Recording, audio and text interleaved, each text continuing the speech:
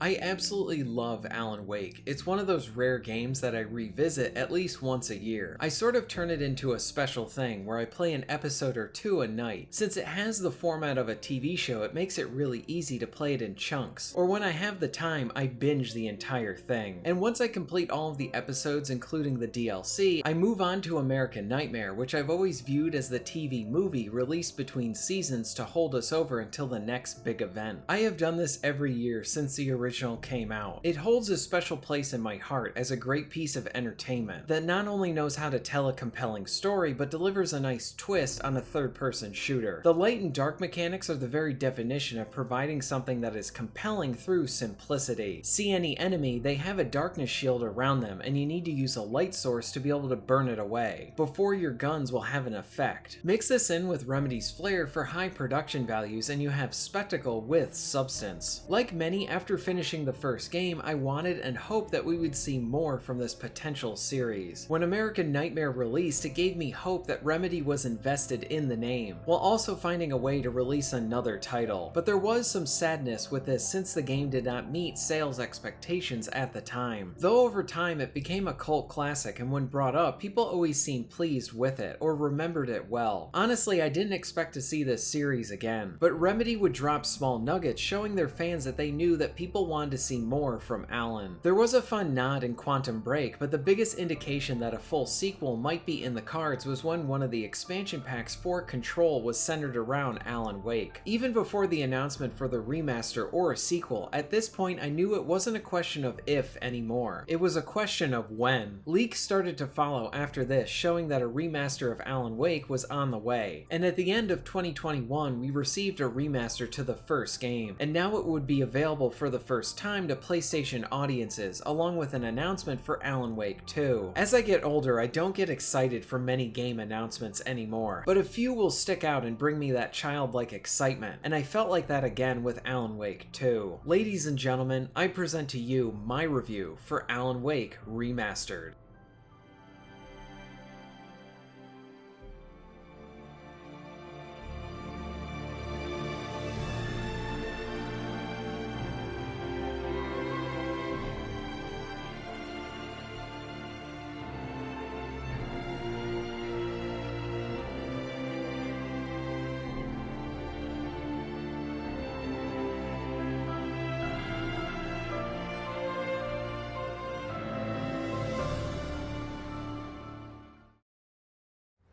The Bright Falls General Store is now my favorite place in the entire world. See this headlamp? It's like a superpower. I can just look at one of those things and they die. It's my flaming eye of Mordor. I wish I didn't say that. Yeah. Hey, I want a headlamp. Last one. When it comes to Alan Wake's story, it has a great premise. Compelling main hero with strong side characters, along with storytelling and a narrative that hooks the player and never lets go. Alan Wake is the perfect example of a reluctant hero. He has lost a week of time, his wife is missing, wakes up in a car crash, is attacked by supernatural forces, and a novel that he does not remember writing is coming to life before his eyes. He starts off as a typical creative, selfish, has plenty of misplaced outbursts, and is kind of a jerk. His wife Alice was always what centered him, even though he didn't always treat her the best. But on his journey to try and find and save her, you see Alan gradually turn into a hero that we can root for. For me, Alan is what makes the entire story work. Next to Max Payne, this is easily Sam Lake's best character writing for a protagonist. Many of Alan Wake's moments of heroism and selfishness feels earned throughout the adventure, as the search for Alice honestly brings out the best in Alan. He finds himself self-reflecting on his mistakes and how he wants to be better for her. Barry! We gotta go see if they're okay. They're probably dead. You must reach the well-lit room. This is no time to be a selfish idiot. That's my best friend.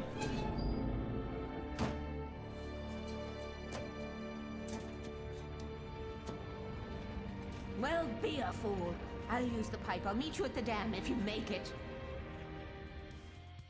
The narrative has plenty of enjoyable ambiguous moments and aspects, which can leave some stuff up to the player's interpretation, but Alan and his journey grounds the narrative and keeps you emotionally invested. The world feels textured and real with the inclusion of some very appreciated side characters and details. Barry and Sarah are my two highlights, as Barry is the comic relief and the one who always backs up Alan. Sarah is the sheriff in Bright Falls, and a friendship forms between her and Alan in the later chapters. Two other things makes this town and world feel alive. For one, the radios are scattered throughout each of the chapters, and here you can listen to the radio host Pat Main reflect on the events going on in the game and the town itself. We hear him discuss common things about the town, along with talking to other people who live there. The voice actor is perfect for this character, and I loved each radio segment. The same can be said for the Night Springs episodes that you find on the TVs in the game. This is where the player is treated to a Twilight Zone short. It is these small things that probably took a considerable amount of time that breathes more life into the entire experience. Alan Wake's story is very strong, compelling, and a real page-turner, as you won't want to stop playing it.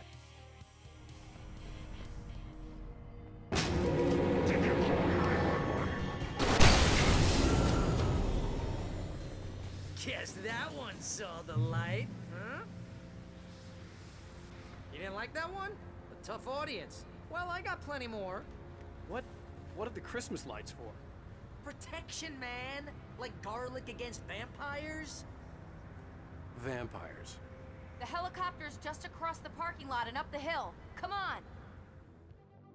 Alan Wake's combat system is simple and incredibly fun. Much of this is because of the light and dark mechanics. Each of the enemies has a darkness shield on them. This means that regular firearms will not do any damage until you remove the shield. This is where your flashlight comes into play. You can shine your light on them to slowly burn away their shield. Alan can also focus his light more, but this will drain the battery, but burn the shield quicker. Once the shield is removed, then you can kill them with your firearms. This simple system creates a fun dance where the player is trying to use their flashlight or find a stronger light source to weaken the enemies, and then take them down quickly. Remedy has some fun with your weapons, as the flare gun pretty much acts as a rocket launcher for the game, and can outright kill most enemies in one hit. Flashbangs are great to take out groups as well. For defense, you have a dodge along with flares that can help you give you some breathing room. I love the cinematic elements to the combat as well. For example, when you kill the final enemy in a group, it will be highlighted in slow motion. This will also be done when you perform a successful dodge. The combat is simple, but the use of the light and dark mechanics along with the cinematic elements makes this a combat system that I always love returning back to. Plus, the sound effects and impact are both satisfying, as I honestly wouldn't expect anything less from a Remedy game.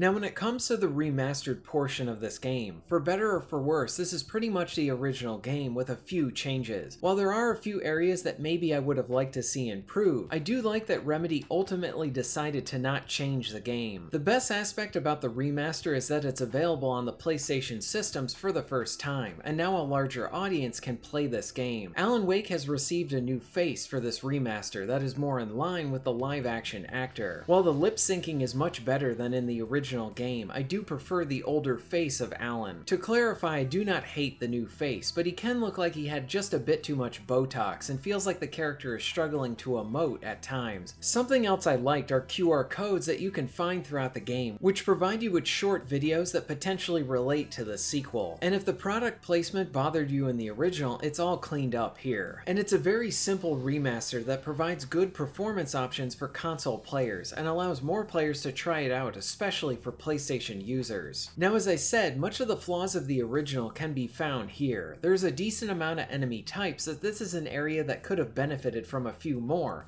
along with more firearms. Both of these are improved on greatly in American Nightmare. Alan Wake also cannot run for that long, and this can be annoying in spots. And while this could have been improved, it wasn't for this. And I know it sounds odd, but I'm glad for this remaster it's pretty much the same experience that you would have had if you had played it when it originally came out. I love Alan Wake. It's easily one of my favorite games. This remaster is simple, and the best part about it is how more people will be able to experience this game in much of the same way as it was when it was originally released. The story is fantastic and the simplistic combat is engaging. Now, one thing I found odd was the absence of Alan Wake's American Nightmare. This was the standalone half spin-off, half sequel of sorts to the original. It improved on some areas from the first, providing more enemies to fight and plenty of new weapons to use. Along with this, it had a really fun horde mode using Alan Wake's mechanics. I love this game as well, and I hope that Remedy does not forget about this one as it's special to the property. My hope is to see it remastered sometime before Alan Wake 2. The release of the remaster and announcement of Alan Wake 2 were two excellent surprises. I do not get excited much for game announcements anymore, but these two are really special because for a long time we didn't know if we were going to see anything related to Alan Wake again. Now, my one request to Remedy would be please conclude the story in Alan Wake 2. Do not turn this into a long-running series. Alan Wake is special, and it's honestly a small miracle that we're getting another game. So use this opportunity to properly close out the story and provide a satisfying conclusion. If you haven't played this, I strongly recommend it. If you're interested in being notified of new videos, please hit the subscribe button and bell. And if you'd like to support the channel and get early access to content, please check out my Patreon. All the links will be at the end of this video and within the description.